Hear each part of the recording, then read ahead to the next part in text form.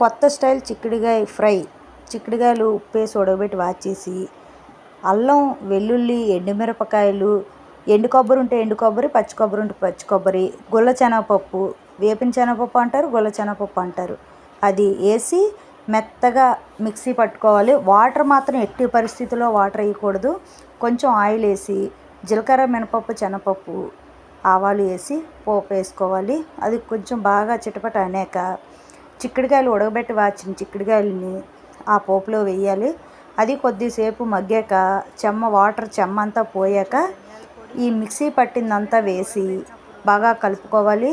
ధనియాల పొడి, కొంచెం సాల్ట్ సరిపోతే సాల్టు, కొంచెం కారం, చిన్న పసుపు వేసుకొని మళ్ళీ ఒక్కసారి కలపాలి.